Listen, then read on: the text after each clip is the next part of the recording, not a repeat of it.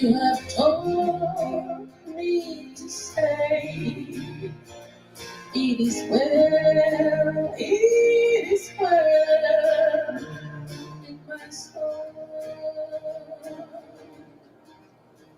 Welcome to the biggest and the greatest mother of all shows, the current affair, diaspora, and Panafricanism show, right here on Voice of London Radio.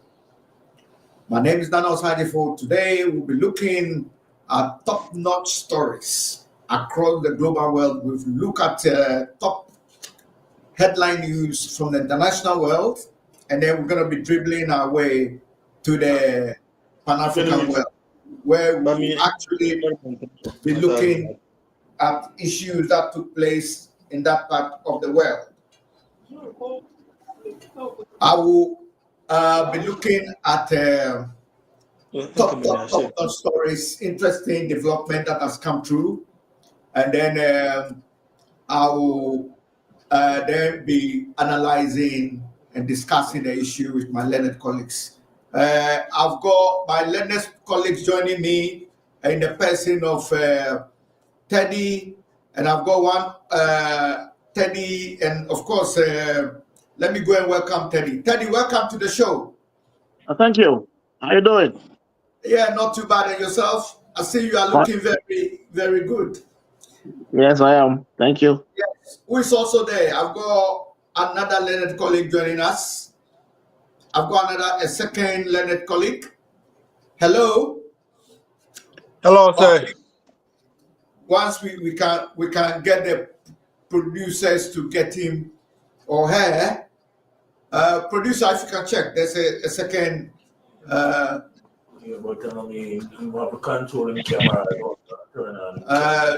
we are. Yeah, hello, sir. Okay, it's gone off. Okay, so apologize, my fervent audiences. So let me go straight and take the headline news, of course. The United States of America launches wave of airstrikes on Yemen's Houthis. This is coming from the international, global world and the global news headlines text. The U.S. has launched a decisive and powerful wave of airstrikes on Houthi rebels in Yemen. President Donald Trump has said, citing the armed groups' attacks on shipping in the Red Sea as the reason. Funded by Iran, the Houthi thugs have fired missiles at U.S. aircraft and targeted troops and allies. President Trump wrote on his Truth social platform, adding that their piracy, violence, and terrorism have cost billions of dollars and put lives at risk. That's the latest from the United States of America. And still on our international news desk, let me go straight and welcome my other learned colleague, the person of Godfrey. Godfrey, welcome to the show. And then we have a fourth one. Thank you for having me, Nana. Yes, and I see you are looking great. Hello. Let me go and welcome my next guest. Hello, sir. Hello, sir. Yeah, nice to meet you, and good evening to you and my fellow guests and panelists. Yes. Hello, sir. If you can tell our listeners and audiences your name, we'll welcome you. Okay. Okay. To you and the foreigners, my name is Dr. John Brown Mensah. You can call me JB Mensah. Yeah, for short. That's yeah. Clinical, yeah. Clinical embryologist. Okay. Okay, great, and we love the way you've joined us. We are so grateful, Doctor. I'm just touching on the international headlines briefly, and then we'll go to our learned colleague to give us tidbits from the Pan-African world, including Mother Ghana, because of the removal of the IGP, and also the budget that was read. And then we look at trending news from that part of the world. But let me say that I'm going to repeat it again. The headline trending at the moment from the international news desk is that the United States launches wave of airstrikes on the Yemen's Houthis, accusing them of piracy. And then let's go straight and look at another story still from the US. We have tens of thousands. No. We have 19 people dead because of the tornado. The tornado has actually tore through the southern US states. And we pray may their souls rest in perfect peace. So emergency services across there and helping with the devastation. Okay, so another interesting from the international desk, we have Gene Hackman. Gene Hackman is a famous artist, actor, which we all love watching his films, a very, very lovely actor. When he in his will, he has actually excluded all his children and left $80 million US fortune for his late wife. This I got attracted to this particular news and headline because I mean your children are alive, you don't leave them nothing. 80 million to your late wife.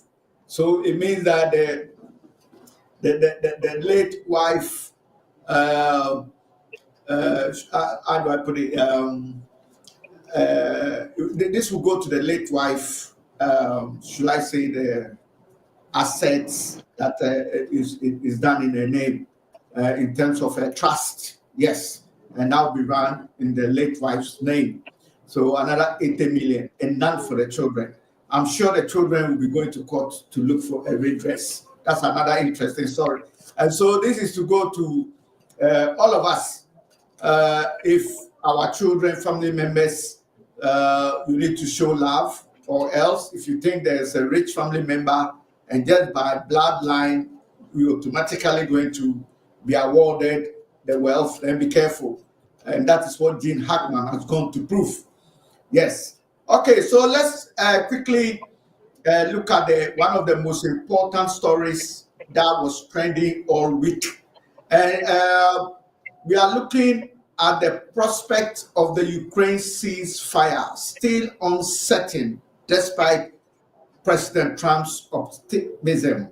Okay, so Ukraine's President Volodymyr Zelensky has accused Vladimir Putin of trying to sabotage diplomatic efforts to secure an immediate ceasefire. In a post on social media, he urged the US to put more pressure on the Russian president, saying only the strength of America could end the war. The Ukrainian leader said Putin was doing everything he can to sabotage diplomacy by setting extremely difficult and unacceptable conditions right from the start, even before the ceasefire. That's quite an interesting piece there. Ladies and gentlemen, let's go straight and look at other interesting news from that part of the world, Africa. Now, from the African news desk, South African ambassador no longer welcome in the United States of America, and this is coming from the U.S. Foreign Affairs Secretary, that is Marco Rubio, describing the South African ambassador as a race-baiting politician. So in a post on X, Rubio accused Ibrahim Rasool of hating the US and President Donald Trump and said the ambassador was no longer welcome in the great country. The Office for South Africa's president on Saturday called the decision regrettable, adding that the country remained committed to building a mutually beneficial relationship with the US. And so, interesting stuff coming from Africa. I think let me take one more story from Africa, and then we can then move on and look at the tiny story coming from Mother Ghana. South Africa in uncharted waters, as the budget read there, split coalition governments. Now, once again, on South Africa has entered uncharted waters following deep divisions in the coalition government over the national budget that has finally been tabled after a month-long delay. This is the view of analysts after Finance Minister Enoch Godongwane's budget drew a backlash from various quarters, including key partners in the coalition government rejecting its proposals for a second time. So, budget in South Africa has caused a lot of mayhem there. Interesting stories. Now, before we go for the other headlines coming from Ghana and other parts of Africa, let me speak to my learned colleagues once again, and then we look at the issues that has come through. Okay, so let me go with Teddy. Once again, welcome aboard, Sir Teddy. Thank you. Yes, now we hear the pirates and attacking ships on that part of the world by the Hutus rebels are causing a lot of lives, including a lot of money in terms of millions of dollars. And so President Donald Trump has ordered a strike to try and as a deterrent, and also to try and stop the Hutus attacking ships. Any brief view? Well, it's nothing new actually. If you look back a few years back, the Somalians were doing the same thing, trying to hijack people for money. So it's nothing new. And I think one thing about the Western world is that if you stand against the economic interest, they will deal with you ruthlessly. So it's predictable on the part of Donald Trump to do the same thing. It's nothing new. He's just following a historical pattern. If you stand against their trade interests, they will deal with you ruthlessly. It's so consistent. Right. That's a brief one there. Dr. Mensah, any brief points on the strikes on the Hutus? Okay, yeah. Just like my senior colleague Teddy said, I don't think it's something different. The whole Western world have come together with the sole intention to actually control the whole world and dominate the whole world. If you look at the creation and the establishment of the nation Israel in 1948, with the support of the British and American government, who are Jews, and also the deep state, who actually control the U.S. government, there have been a deliberate effort by the U.S. and the Israeli government to actually subdue and control the whole Middle East and the Arab world to exploit them for their economic interests. And the Iranians and the Houthis backed by Iran and with some few support from Russia are saying enough is enough. So that is compelling them to also take that kind of retaliatory action against the vessels or ships that is aligned to Israel and the West. And U.S. is now also taking revenge, and I think that they will continue. I think there's a statement made by one U.S. Congress. They said they want a world war, but they tried with Russia and Ukraine. They realized they failed. So now they want to try the world war with Iran or China. So they're asking for a ceasefire and they want to shift the attention or the military action to Iran or China. And the Houthi rebels are backed by Iran. If you can recall, last week, Donald Trump issued a threat to Iran that they should come to the table for negotiation or they're going to take military action. So I think the action the U.S. government, the bombing campaign they're taking against Yemen, it's just the beginning of a large military offensive they intend to take against Iran. So yeah, that is it. Thank you. Okay. Godfrey, you want to add something to the views of my learned colleagues? Okay, I think Godfrey's voice will come back later on. Let me move on and look at the ceasefire. And I'm here. Oh, I'm sorry here. about that. I thought you wanted to add a voice, but I thought we lost you on the audio side. I apologize. Yes, so Godfrey, welcome once again. Thank you, Nana. Yes. So the Americans have started bombing the Hutus once again because of the piracy. And what's your take on that briefly?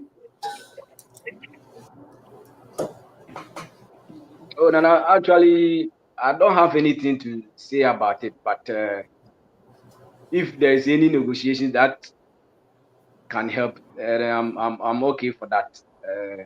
As Okay. JB said that Trump was just calling for them to negotiate. I think it's a good idea. Actually, I don't have anything concerning this. All right. So quickly, let's run move through and that. other stuff. So I think I'm come in okay again, with the please? negotiation. Yeah, go on, Doc. Okay. Concerning negotiations and everything, I don't think these Western countries have any noble or good intention about negotiation. If you are going to recall, during the administration of Obama, there was an agreement called JOPEC, if you remember the agreement JOPEC. Under the agreement they had, it was between Russia, the Western powers, and Iran. And under that agreement, Iran agreed not to produce nuclear weapons. And in exchange of that, the Western countries also lifted sanctions on Iran. So Iran began to trade. Iran was able to buy Boeing and Airbus to actually add to the fleet of the Iran economically doing well. And there were global inspectors, from the International Atomic Energy Agency, and the inspectors confirmed that yes, Iran has actually complied with the deal.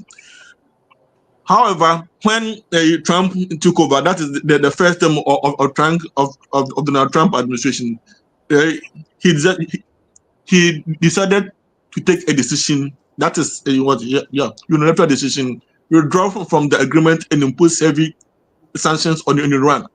So I don't know what you intend to do. There was agreement before he came to power in his first term. Iran complied with the deal. Iran didn't produce the nuclear weapons, and he decided to withdraw from the deal, thereby making it very obvious that Iran have to go ahead and produce the nuclear weapons. Because you agreed you are going to lift the sanctions. Iran agreed. Now you impose the sanctions again. So what does Iran have to do? Iran have no options than to go ahead and produce the nuclear weapons.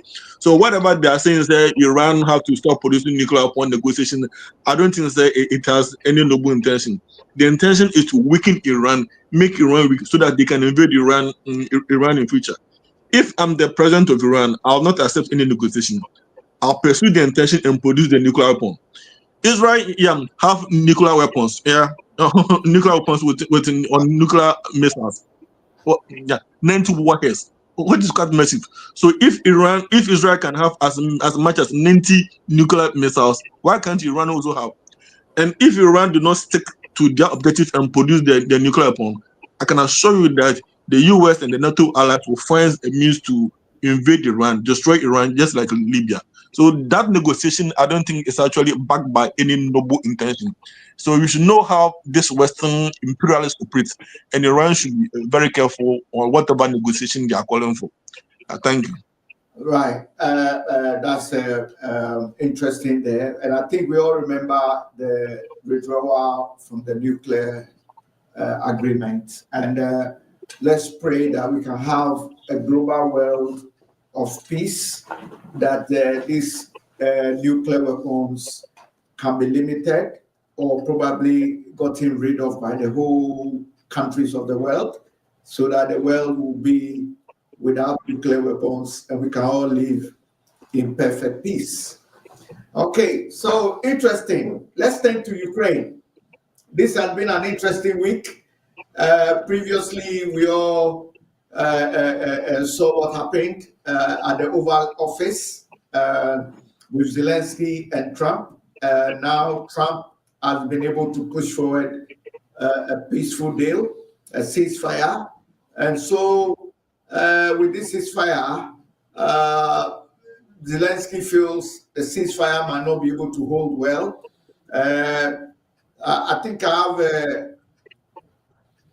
Okay, never mind. I've lost one of our colleagues. He tried to come on, but once we get him, we introduce him. So let me go straight with once again, Teddy. Your take on the ceasefire? Will it hold, or you think it's a bit shaky? Well, I think the Ukraine leader is now in a very, very weak position. And I think now Putin is now in a position where he has always wanted to call the shots. And he's demanding surrender. And I think he's trying to humiliate the Ukraine leader. And I think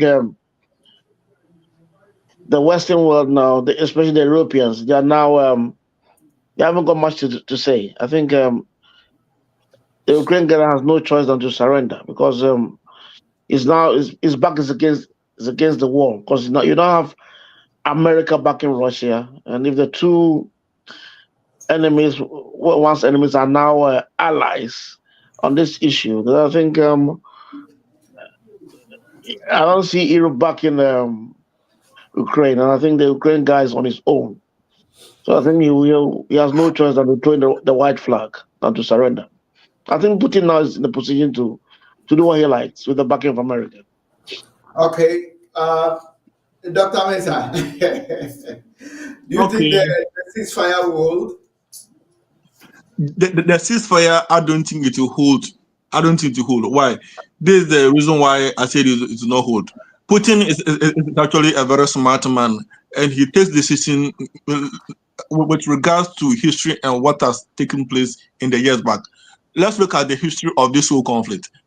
And that's after the Second World War, you have the two superpowers. That's the Western and the Eastern. The Eastern led by Russia and the Western by US. So the US decided to form their military alliance called the NATO. And Russia, the Soviet Union, which was the USSR, also formed their military alliance, which was called the Warsaw Pact. So as time goes on, getting to the 1980s, the Russians dissolved the Warsaw Pact, expecting that US is also going to dissolve NATO. They didn't. And after the collapse of the Soviet Union, they promised Russia they are not going to expand to the east. They've expanded, and now they want to actually also add Ukraine. So this war began in 2014. It's not a Ukraine-Russia war. It's NATO led by US war against Russia. We should get this fundamental thought without any ambiguity. It's US fighting against Russia using Ukraine as a proxy, as a decoy. That's how the whole thing happened. So in 2014, getting to 2020, the US government and its NATO allies decided to invade Russia. So they began to preparation after preparation, increase the Ukrainian military size. Before 2014, the total size of the Ukrainian military was just around 200,000. In the western city of Lviv in Ukraine, NATO established a military training base, and they increased Ukrainian military size from 200,000 to almost 1 million. So they signed a first agreement in Belarus, capital Minsk. And under the agreement, NATO allies led by France and Germany agreed not to expand their military presence in Ukraine. They didn't respect the agreement. Trump just said at the Oval House that during his first term, he sent 17,000 Javelin missiles to Russia, to Ukraine, to go and blow up Russian missiles.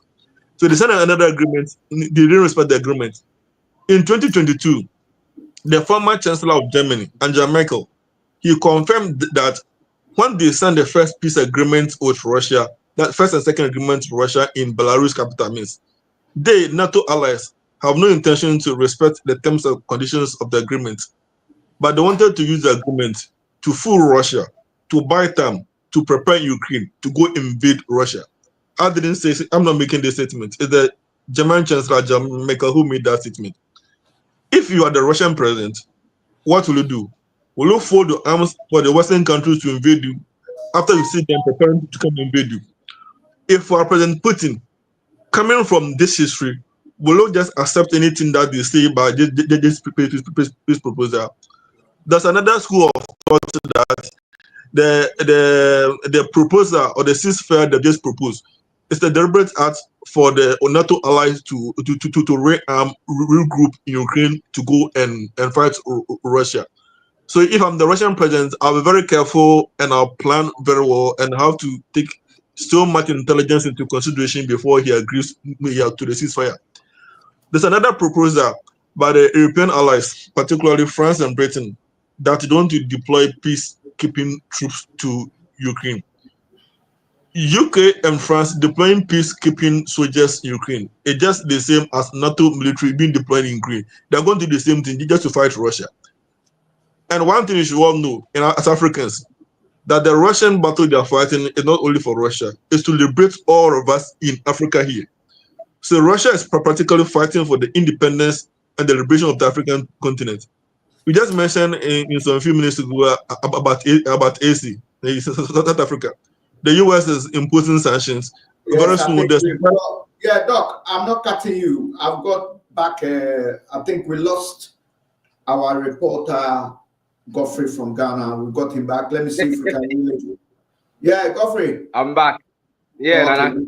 Thank you for coming. Yeah, Doc, if you can run that ceasefire points so that we can. Okay. Yeah. So the issue of ceasefire, I think Putin have to be very careful before he accepts it, because this Western alliance we can't trust them. Okay. Thank you. On that note, let me go to Teddy. Teddy, I can see you want to add something to what Doctor said. Yeah, Teddy. Well, in regard to what he said about the former German chancellor, I think I'll beg to differ, because she was rather seeking Germans' interest. Because remember, German imports almost 100% of her gas from Russia. So when others were agitating that they will have to take a stern look at the activities of Putin, she was rather trying to hold peace, in the sense that she was looking at things from a different perspective. Remember, she's also part of the Eastern Europeans, not West. Originally, she's from East Germany. So I think she had a sympathetic view towards Putin. So I don't think she aligned herself per se to the West. She was more or less looking at things from an economic perspective, in the sense that if there's anything, Germany will suffer in the sense of buying. We have to ship around to buy gas on an alternative area, which might be expensive. So I think she was, should I say, she was a bit diplomatic and not necessarily backing NATO per se. Okay, that's an interesting point there. Before Godfrey gives us the budget reports and then the IGP that has been removed, let's finally look at one story from South Africa. Yeah, the South African ambassador to the US have been told that is no more wanted in the US, and which the South African presidency has responded as regrettable. Let me start with Mensah. Dr. Mensah, your take on that? Okay, as I said, everything begins from history with the European and those Western countries. During the 1980s and the 1990s, the people of South Africa, Zimbabwe, Mozambique, Botswana, they were trying to fight for their independence from the whites, from the white minority. What the US, Britain, and France did was that they actually shipped arms to the minority whites to actually kill the blacks in South Africa. And when Mandela decided to lead a revolution, he was arrested in jail. And later on, they came to form the ANC party, which have led South Africa up to now. So I think the same position. In the country of Zimbabwe, about 90% of the land was owned by the whites, and the blacks became actually slaves in their own country. And in South Africa, the same thing is happening. There's an area in South Africa called Africana. It's actually a white community, and blacks are not allowed to enter the community. They have their own currency, and if proactive measures are not taken right now, they'll end up becoming like Israel. The US is going to arm them. They'll start taking the land from the blacks. They start killing the blacks, and they'll just become like Israel, and they'll kill the blacks like cockroaches, as Israelis are killing the people of Palestine. So to prevent such a calamity from happening in the future, that is why the government in South Africa have taken the proactive decision to actually seize the land from the white minority, also decrease their military capabilities. And the US see it as against their interest. I think last month they issued some sanctions against South Africa, and I think that these are all measures which they are taking to punish the government of South Africa for not actually try to subdue or tolerate the new colonial agenda and the exploitation. Besides, South Africa is a BRICS member, and being a BRICS member, it poses a threat to US dollar and the US economic hegemony. So all these factors are coming into consideration while the US trying to take action to actually subdue the South African economy, punish them, exploit them to make sure that they don't rise. But the people of South Africa have to be firm and solid. Yeah, so Doc, I'm just interjecting. I'm not cutting you. But so basically, mentioning the Zimbabwe one with the Lancaster Agreement and all that, yeah? That brings you to mind. So that's the reference you want to make. Point noted. Let's go to Teddy. Teddy, your take on that. I'll look at things from a different perspective. I think South Africa has been a big player in Africa. Remember, they are the second largest economy, so they can't be pushed around by any country. I think the South Africa has come of age, and I think they've come of. So the days of apartheid and all those things are gone for good. So I don't think we can make reference to what. Yes, the minority whites are there because the fact is, if you look at the constitution, it means that if you look at the constitution, the setup of the constitution, it means that the blacks will be in power into perpetuity. It can't change because if you look at it from a population point of view, the whites are in a minority. Yes, they've held the economic power, but politically, I think they are outnumbered. And I think blacks will continue to call the shots. And regardless of what the West say, South Africa is very, very strong in terms of their natural resources and all those things. And I think it will be very difficult for South Africa to be bullied. Because remember, they are among the G20. They are the only African country among the G20. So economically, they are strong. So I don't think they can easily be pushed around. Okay, that's a very diverse view there. Now let's go straight and welcome our learned colleague and top reporter in the person and also producer in the person of Godfrey. So Godfrey Asante Ejay, please briefly and quickly, if you can give us a little background, trending news that is happening in that part of the world in Ghana. The budget was just read in the week where the finance minister, Dr. Atto, I hope I've got the name right, and then we also have the IGP being removed, and it's an interesting story.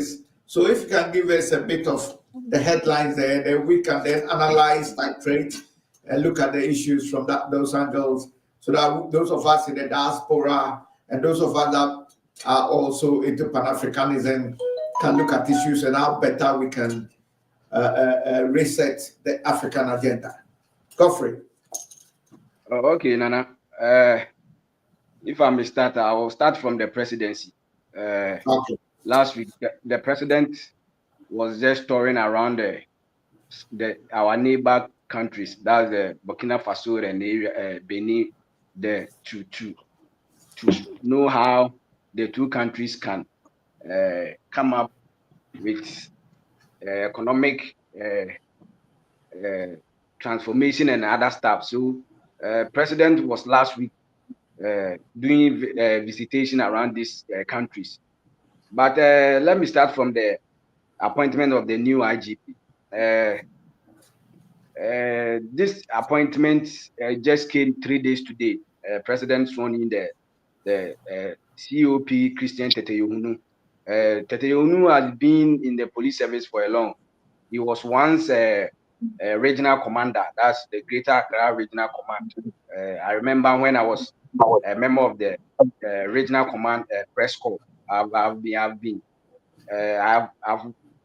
went out with him for several times on police duty. So he's a fine gentleman, and people are happy that president has just appointed him or giving him the IGP position. But Nana, if I can continue, Dr. George Akufu Dampare was the IGP, and people were just at least calling on president to maintain, because they believe his work to the police service is okay. They are okay with his work and another. But president just used the 1992, just acting on 1992 constitution, and in the constitution 1991 and 202, in the 1992 constitution, president has the power to appoint the new IGP. So president used that powers to appoint new IGP. But now people are just believe that the Tete Uhunu is also a fine gentleman, a workaholic, and he can also work hard to in fact raise the bar, because people believe Dr. George Akufu Dampare has raised the bar that Tete Uhunu has to follow. So now when you come to Ghana, these are the stories that trending here. People are other. It has been too kind of the whole issue, because people believe Dr. George Akufu Dampare should have, remain at his post, but president believe this is the time that a new person should just take over. So now when you come to Ghana, these are the stories that is trending. Let me from the appointment of the IGP, let me go straight to the parliament. As you said earlier on, this week, the finance minister, Dr. Kessel Atoforsen, appeared before the House and just read the first budget, that is the next 3 months, that is the second quarter. And there was other things that the people were actually, or Ghanaians were actually looking for. That's the abolishment of the e-levy, then the betting tax, and other taxation. In fact, this abolishment was made or was able to confirm due to the president, John Dramani Mahama, earlier call that he made when he was campaigning for the presidency. So, Nana, the Minister of Finance has just read the budget, and he was able to tell Ghanaians that the taxation, that's the betting tax, and then the e-levy, then the emission tax, that is a tax on the that tax is coming from the importation, that's the Temahabo area. But he believes it's time that this taxation has to go off. So, as I said, the Minister of Finance this week read the budget. But there's one thing that people are wondering, and people are asking, Ghanaians, many of Ghanaians are asking questions about the minority side. After the budget also made a press conference, and they were just talking about other things that they believe the previous government didn't implement. That's the betting tax. They believe the government, the Kufuor administration didn't implement any betting tax, but they don't understand why the finance minister appeared before the House and he was just saying that they are abolishing the e-levy tax. But people were also on the other side asking questions, because those who were into this sports betting and other stuff, according to them, they were just charging them with these taxes. But people they don't understand why the minority, that's the former finance minister, also saying that they didn't implement the betting tax. So people are wondering whether was it the GRA in collaboration with this gaming commission to tax Ghanaians on this. So now these are this week. These are these stories that is making airways, and people are just commenting and making question about all these things, Nana. Okay, let's look at. Can you tell us something about the presidency or the government interest in forming a new Ghana Airways or Ghana Airline? Have you heard anything about that yet? Nana, the president is still doing all these things, but I've not heard any new thing about that. So I'm just hoping maybe from this week there a story about it, and I'll just give you a new update about what is going on that. Okay. These are quite an interesting topics. Let's start with the first one. President visiting Burkina Faso and the Sahel region countries to try and get them on board, and also unity, or maybe wrap up some businesses.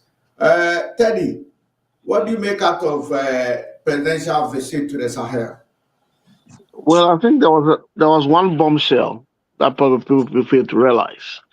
I think Burkina Faso are saying that I don't know whether they are saying that they are no longer going to import some of our products, and they are going to be self-sufficient by producing more agri products. So that's just by the way. And I think trying to bring these guys back to the, I think the how do you call it, the economic, is it the Africa Union? ECOWAS. Yeah, bring them to ECOWAS. I think it's going to be problematic in the sense that ECOWAS have. I'm a bit confused. I think ECOWAS. Oh, sorry, my call. Yes, it's ECOWAS. Yeah, I think who I think they have this situation whereby they want all members to be democratic also. Is it Africa Union or ECOWAS? I'm very confused. Now it's ECOWAS.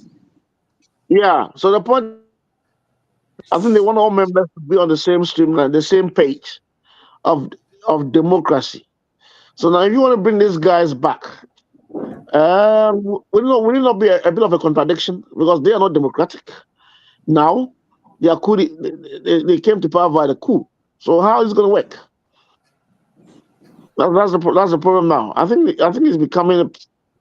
The four have now made the ECOWAS people more politically impotent by telling them that like, we are not democratically elected, but we are doing what our people want. And so it's going to be problematic there. It's a bit of a contradiction. Dr. Mensah, your take on that? Okay, I think if we go back during the campaign season to the election, prior to the election, 2024 election, then candidate Mahama made a promise that if you win power, you're going to restore a political relationship and diplomatic relationship with the Sahel states. That's the Alliance of Sahel States. That is the AES. That's Burkina Faso, Niger, and Mali. And in the moment he won the election, the people of Burkina Faso, the government of Burkina Faso issued a statement to actually congratulate him. I think that he's taking steps to normalize relationship with him. And I think Mama is taking that decision not because of just ECOWAS issue, but because of security-wise in the whole West Africa. Some few months ago, just for last month, a U.S. congressman stated that the U.S. government used USAID to actually finance and sustain Boko Haram. All the terrorism in Africa, Boko Haram, ISIS, of everything, they are all engineered, initiated, sustained, and financed by these NATO allies and countries. They invaded Libya, Gaddafi, and after that, they have moved their rebels and their terror groups down the Sahel region, and they are seizing territories after territories, and they are exploiting the resources. If you watch this movie before, Black Diamond, you know that movie that in Sierra France and Britain and US, they actually finance the rebel activities, creating mayhem in the country and exploit their resources. So all these rebel activities happen in Burkina Faso and Mali, where more than half of their countries have been seized, are the deliberate foreign strategy of this same NATO country to exploit Africa. So I think Mahama taking that decision is ensure that in case you have been attacked by this same rebels groups financed by the Western world, we can have some security or support of them to actually help us so that we can fight them. And the issue with ECOWAS, them joining ECOWAS or not joining ECOWAS or not changing anything. Yeah. They can be democratic and because of or not democratic. If you go to Guinea, the same thing happened. The government took over by force, military man, leading Guinea, but he is still an ECOWAS member. Democracy in West Africa will not help us. It's a strategy by the Western world to easily change government or regime anytime they want to actually impose their regime. Just like Ghana and Nigeria, they change the government through democracy anytime they want. If you're in government, you don't know what they want. They'll just support your position, and the opposition will come to power. That's how democracy in Africa is works. So you should know the modus of operandi, how things work, so that we can dance according to it. Thank you. Okay. Let's get Godfrey to see if he wants to chip in. I'll come back to you, TK. Godfrey? As JB said, these people are no longer in a democratic state. So I think Ghana being member of ECOWAS, I think that's why President decided to visit, because they have a good relationship. He has a good relationship with these people. So I think he's just using that to at least convince them and see how they can just come together and join I'll see if my producers can rejoin them. Yeah, Godfrey, I haven't cut you yet. Just getting to get Doctor to join. Okay, once we get the link right, Godfrey. Godfrey, go on. Yeah, so I think President Mahama is just using that to just lure them so they can Godfrey, join the ECOWAS members. I think Doctor is on now. Let me welcome him. Doctor, can you hear me? Yes, I can hear you. How are you? Yeah, by God's grace, I'm fine. Okay, we are so grateful to have you on. We were talking about pressing issues earlier on. We spoke about the ceasefire in Ukraine, and then we also spoke about the American attack on the Hutus on the seas because of piracy. We also spoke about the South African foreign ambassador to the US, who the US says they don't want anymore. And then we dribble our way to Africa, where we look at the Ghana budget, and then we are yet to look at the Ghana budget, but we've touched on it as an headline given to us by Godfrey. We are now talking about, we also spoke about the president's visit to the Sahel, which we are currently discussing. So if you've joined us, as you can see, we have Teddy with us. You can see on the screen. We also have Godfrey, our top-notch producer and reporter from Ghana. We have Dr. Mensah, as you can see. And thank you so much, Dr. Pipra Jenfi, a medical doctor by no means repute, also joining us. Great stuff. So, Doc, let me come to you straight. President Mahama has visited the Sahel, Burkina Faso. What do you make out of it? Is it a visit in the right direction? Your brief view. Okay, I've not I'm not aware of that, but of course, African president visiting another African country is a good thing. Okay. Yeah, because I don't have the details and the specifics about this particular visit, but generally, I am for Africa. You know my opinion already. Yes, That as a Pan-African. I don't As a even Pan-African. accept African borders. Yes. So an African president visiting another president is a good idea.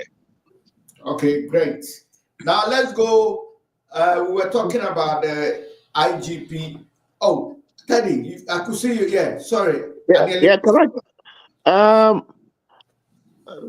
Dr. Mesa said something, and I want to ask questions. If you recall, when Kamala Harris came to Ghana during the last government regime, I think he gave the government $200 million to boost our defense.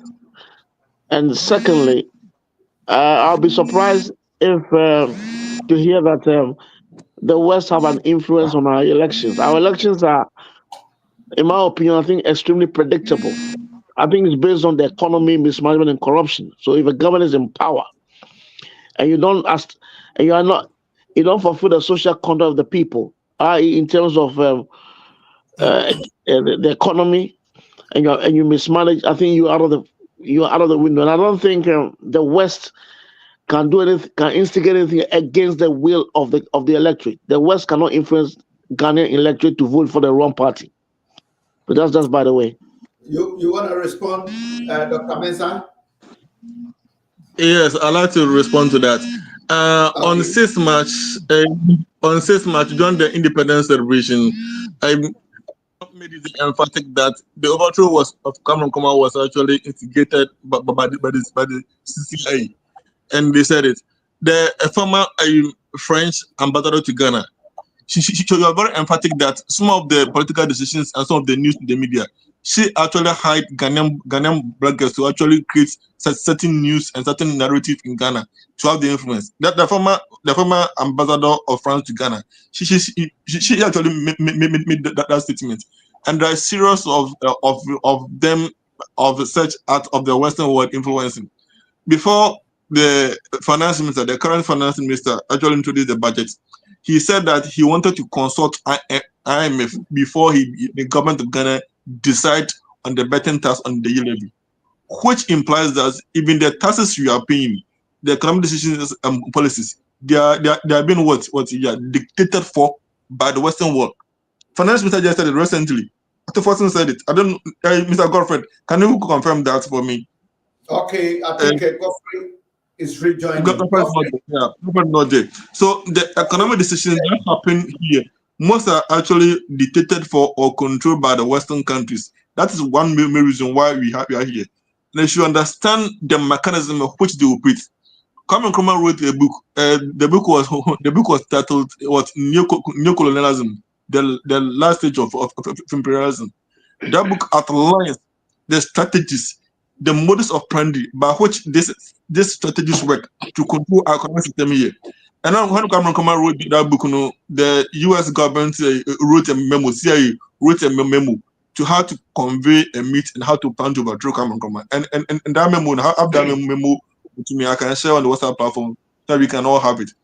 So that's how things operate. So, okay, that's interesting there. So we have diverse views and the Pan-African feeling, unity, no borders, as Dr. Pipra is proposing, strong markets, and then Africa will be strong. Okay, the IGP. Now, the IGP was removed. Some people are saying he was sacked, some people, but the presidency office has come to say he wasn't sacked. Let's take the IGP issue from Teddy. You think the removal of the IGP was done at the right time, and the timing was the timing right, or you feel like Godfrey said, the Constitution mandates the president to take the IGP if he wants, and he feels like? So your take on that? Well, the point is, one can understand why sentiments are high in Ghana because of the personality of the IGP and what he did. And I think he was also the darling of the media. And he imposed a bit of discipline into the police force. But eventually, I think the politicians, I think, had to make things a bit tight for him. But for the president, I think it was just biding his time. I mean, he has the constitutional mandate to bring in officials, including a new IGP. So I think he's just following the same standard as any other president that comes into power. Okay, Nana, please, Yeah, Nana, okay, please, let me just come in here. Go on. Yeah. As for the appointment of these security agencies, not only the police service, it just changed the whole fire service leadership. Then the migration too. So this week, that's what the president did. It's just, I don't know whether we can call it a shake-up or something like that, because the leadership of Ghana Fire Service has also changed. The immigration service has also changed. So these are the things that president did this week, Nana. Yes. Okay, Dr. Pipra. Okay, of course, I should say that I did not prepare well for this meeting. I just came joining spontaneously, but I'm just beginning to wonder. During the past constitutions of Ghana, was it the president in charge of the fire service and to change those positions? I mean, this is built into the 1992 constitution. I think there's a need for maybe constitutional reform. I don't know what do you think? Previously, if you can just give it a little bit more insight into, for example, the constitution of the previous constitution, was it within the remit of the government, the president, to get himself involved with the fire service at all? Yeah, I think who can help me? Doug, as I said earlier, president has the mandate. When you go to the constitution, 1992 constitution, then 91-202, president has the mandate to change the leadership of the security service. So I think that's what president did this week. But the fire service is not security service. Come again. The fire service. Yeah. Is it a security service that needs the president changing the leadership? Oh, yes. The fire service also is under the security service. Oh, okay, good. Yes. Okay, Teddy. Teddy, come in. Yeah, I think you have a few positions that have a tenure of office where the president cannot interfere or touch. For instance, you have how they call it. A classic example is the Chief Justice. The Chief Justice stays there until retirement, and I think because of her tenure of office, the presidents come and go, and the Chief Justice will still be there. But with the exception of that, other areas who lack the tenure of office can easily be changed by the president. He can retain them if he wants to. A classic example is the Shrag guy who was appointed by Mahama when he was going in 2017, and Nana Akufo-Addo did not change him. It's a question of having the option to, but because he proved to be a competent person, or a consummate competent professional. The president Akufo-Addo just left him there. So some positions, it's up to the discretion of the president. Yeah, Mr. Teddy, please let me come in here. You know what I know and what I believe, that the president or these leaders that we are talking, previous government and other stuff, they always try to appoint people that they believe. You know, when it comes to believe in these security services and other stuff, you always try to appoint the people that they believe and the people that they can at least listen to their cause and other stuff. That's why you see them coming to power, appointing these changing this head of security services and other stuff to just suit them, or to believe that these people can work or do what they want.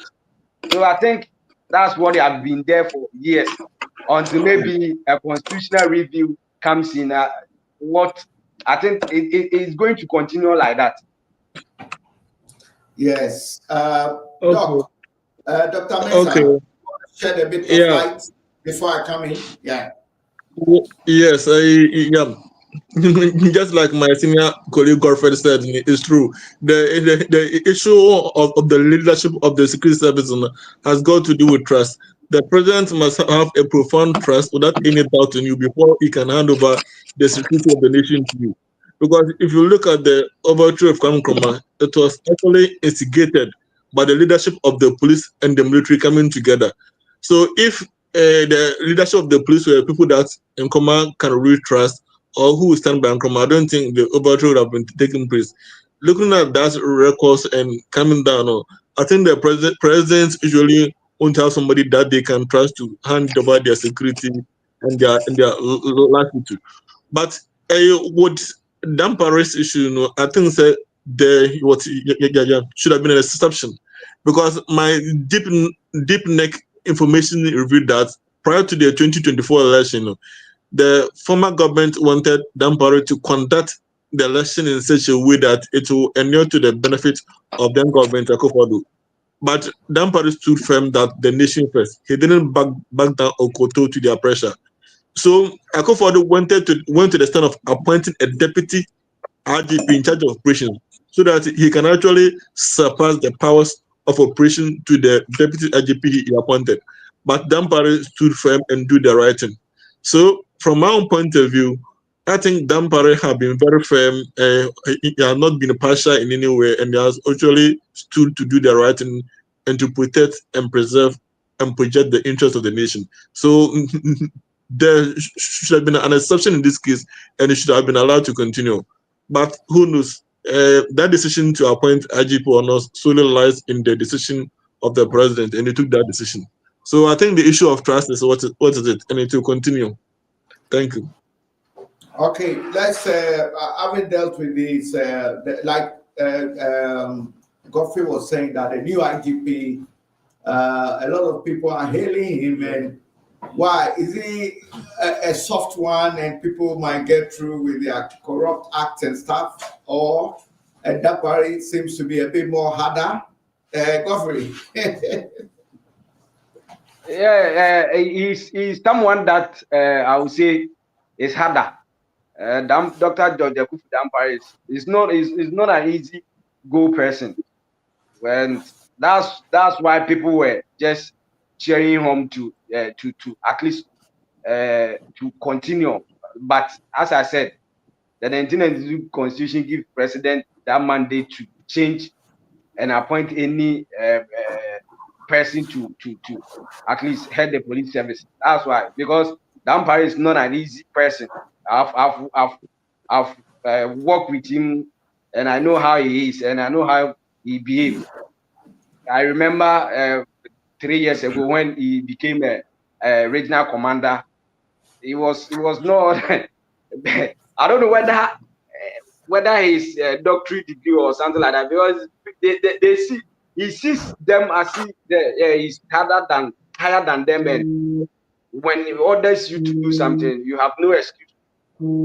Just you go ahead and do whatever you are doing. That's why 2024 election, he didn't give the previous government to at least manipulate or maneuver their ways into the police service. So I believe President, I've realized he's a harder person, so he doesn't want to allow him to continue. If it's that hard, isn't what Ghana needs?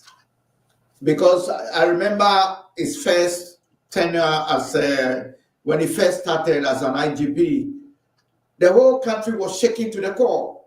I mean, he was able to bring crime. You know, people were even scared. Yeah. So don't we need such personalities? Nana,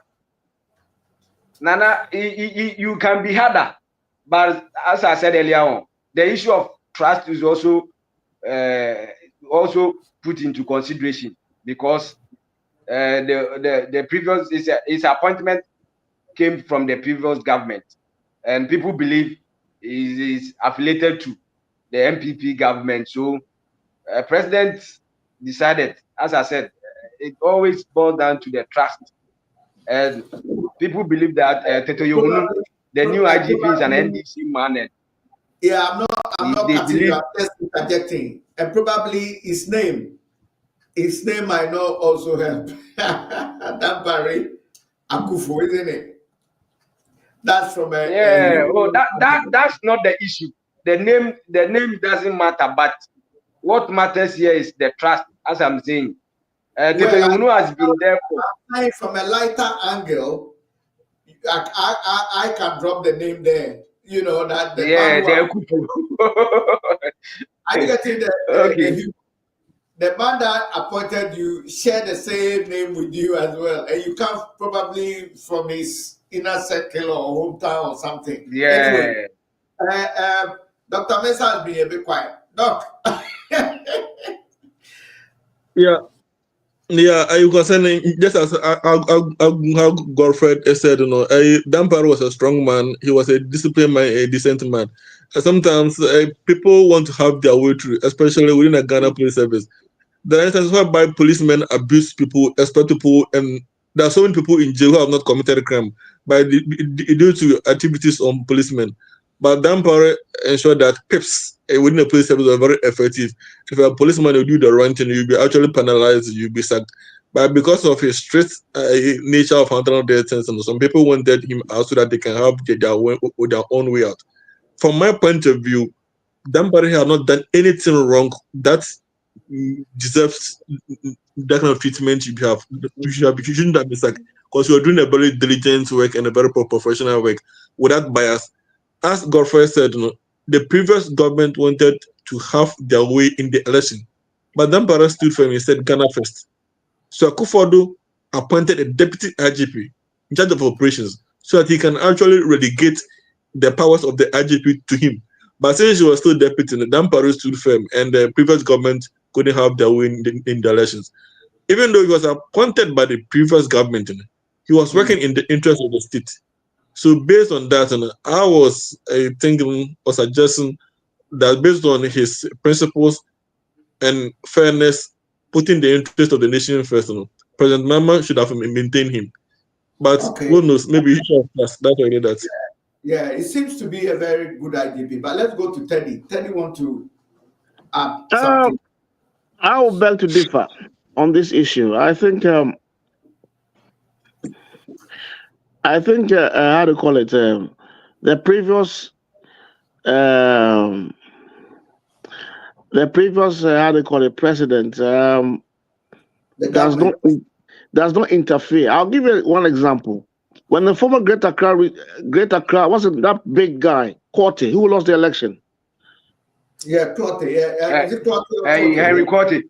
Yes. When he was appointed, I remember what he said. He said the president never interfered in whatever he did, but rather the powers that be within the government were trying to sabotage him. So if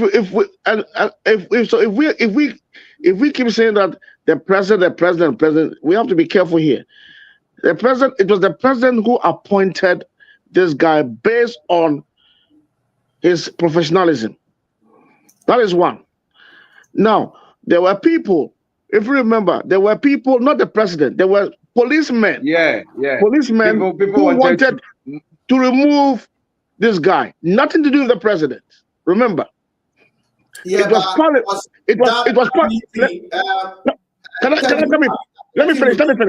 finish. It was Parliament that investigated, not the president. Now, people keep saying the president wanted to undermine him. This same deputy was appointed by Mahama. The same deputy who or whatever, the new IGP, was appointed by Akufo-Addo to be. Yeah. That's what I wanted to even say. That one funny thing is that the same IGP was appointed as deputy. So if this guy has been appointed by Mahama, then credit should be given to Akufo-Addo for putting him where he is. Okay, So the so point is that let me look at the issue from this angle. If the deputy was appointed by Akufo-Addo, the IGP was appointed by Akufo-Addo, so why is Mahama removing this IGP and appointing the deputy? so that goes to show that Akufo-Addo trusted this guy as a competent guy. Something must be cooking that we are yet to know. It's all speculation. In the realms of speculation, you say it's easier to appoint the government. Let's take our last topic and then we can round up because some of you are tired and I know Doctor has been working a long hours. Nana, yes. let me chip in this stories.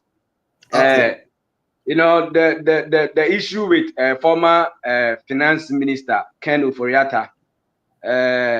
I think we are all aware of about the issue, but this week he has sued the national security operators who went to his house to invade the place.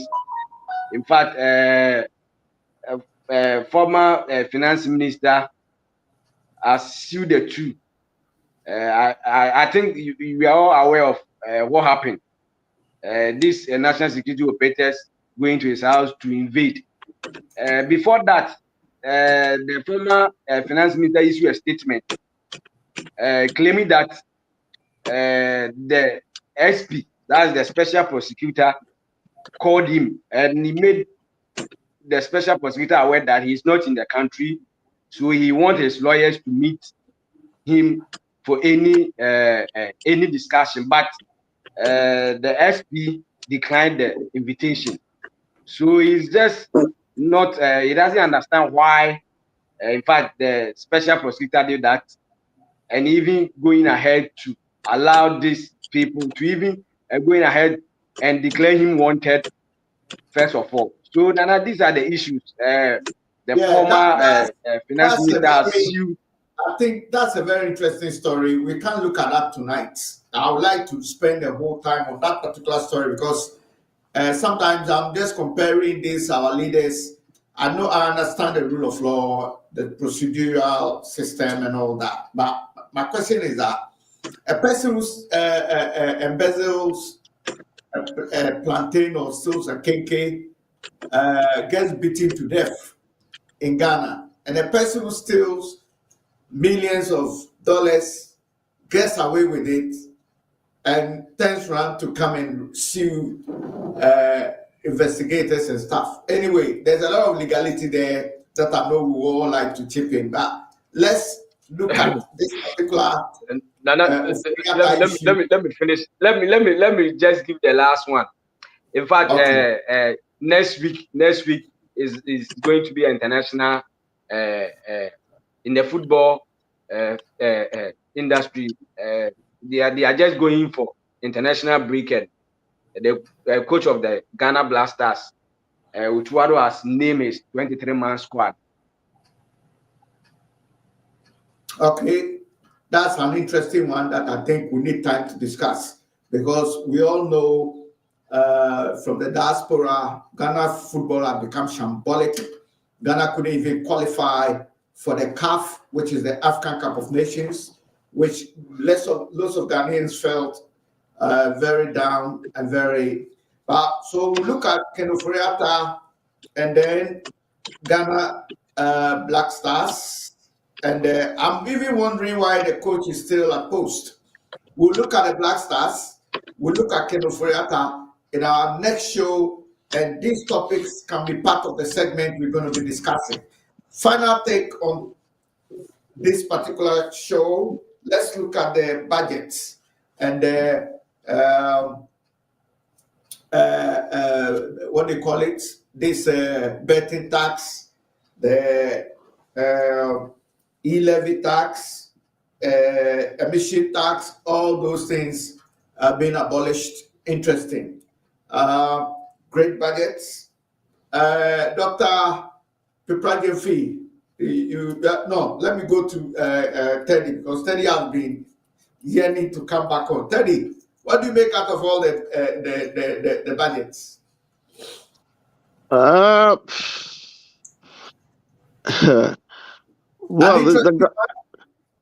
the budget is just the government's economic decisions that they want to implement. So let's see how it goes. Well, reading of budgets is nothing that I take into consideration. It's only the implementation.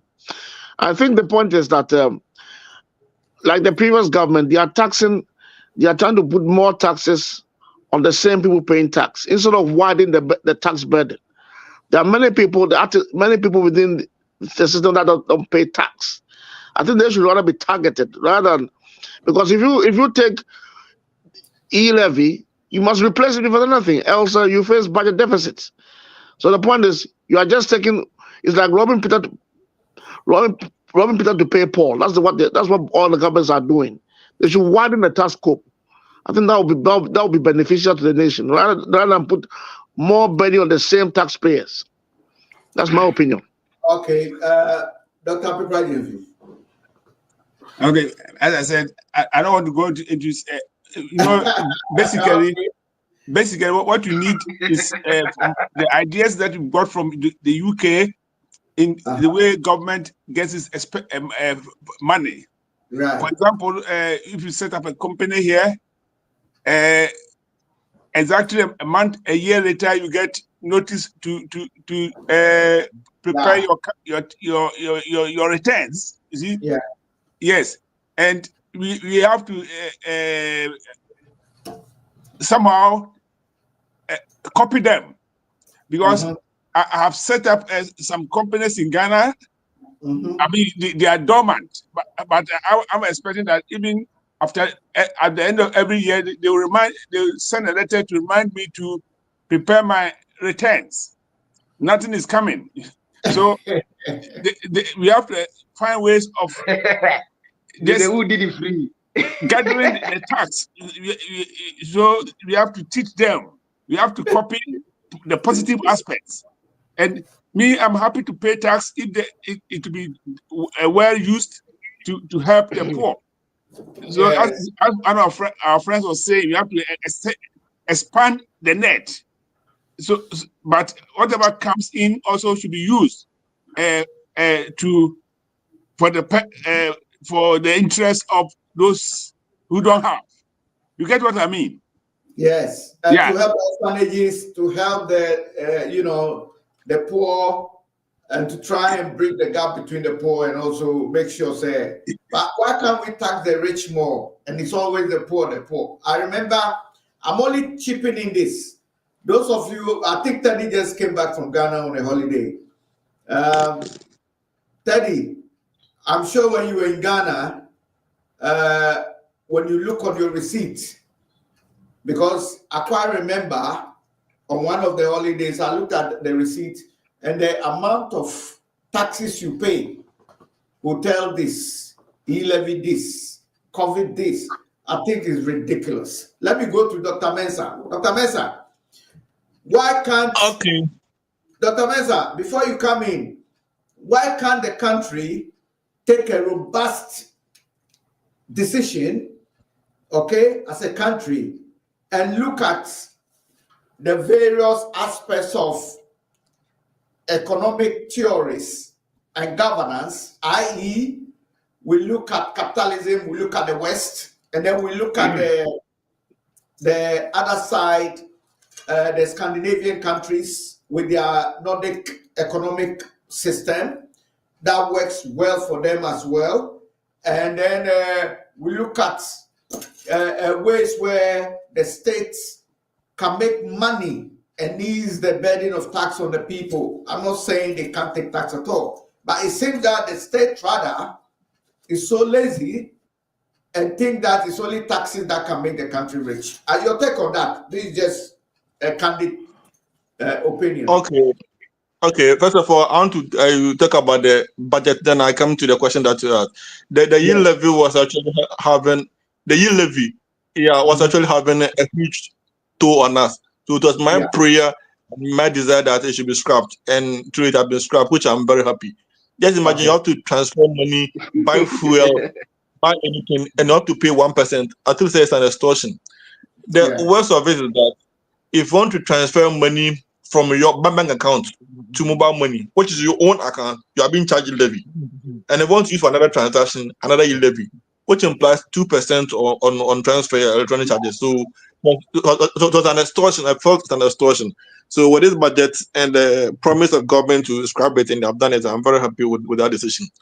Back to the question that you said, why can't we take a robust decision to actually get our country industrialized? And I think it's a whole lot comes into consideration, and it's actually a multi-factor. For the country to take that position, but you have to build industries, and industries comes with converting our resources into manufactured goods. As the government and individuals try to do that, there are long arms somewhere ensuring that Africans will not be able to process our raw materials into finished goods because they need those raw materials to actually feed their industries.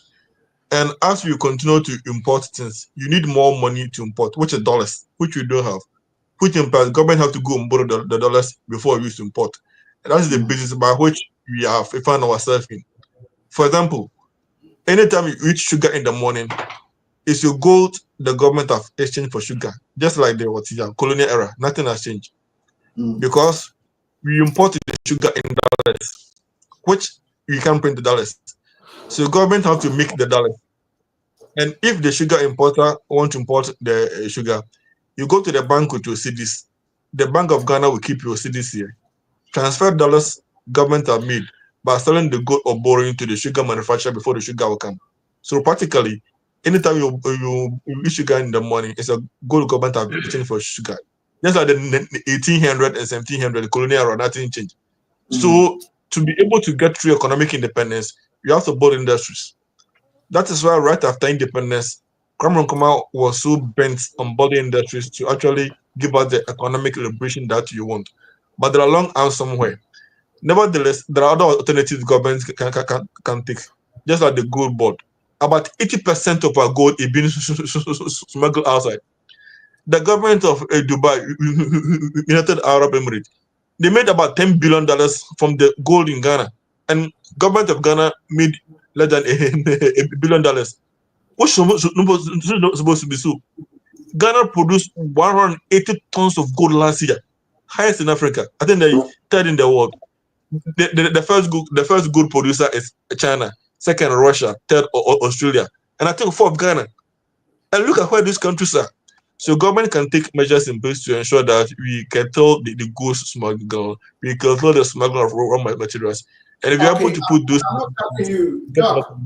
I'm not cutting you because I know you have to come to the Nordic side of the economics thing there as well, and their policy there.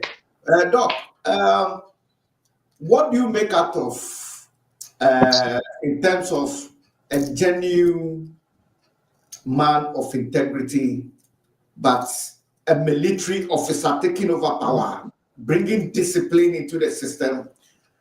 Because sometimes this democracy thing seems sometimes to let the black man down, and sometimes other people also feel, why should it be a military?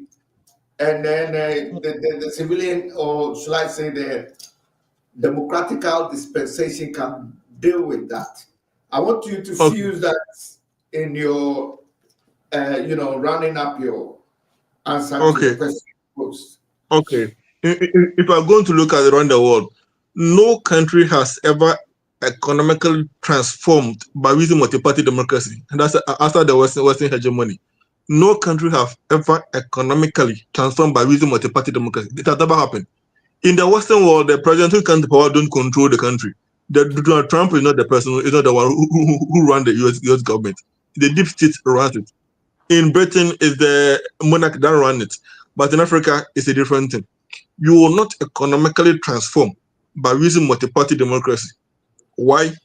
Because multi-party democracy creates an avenue for the deep state imperialists to change government anytime that you want.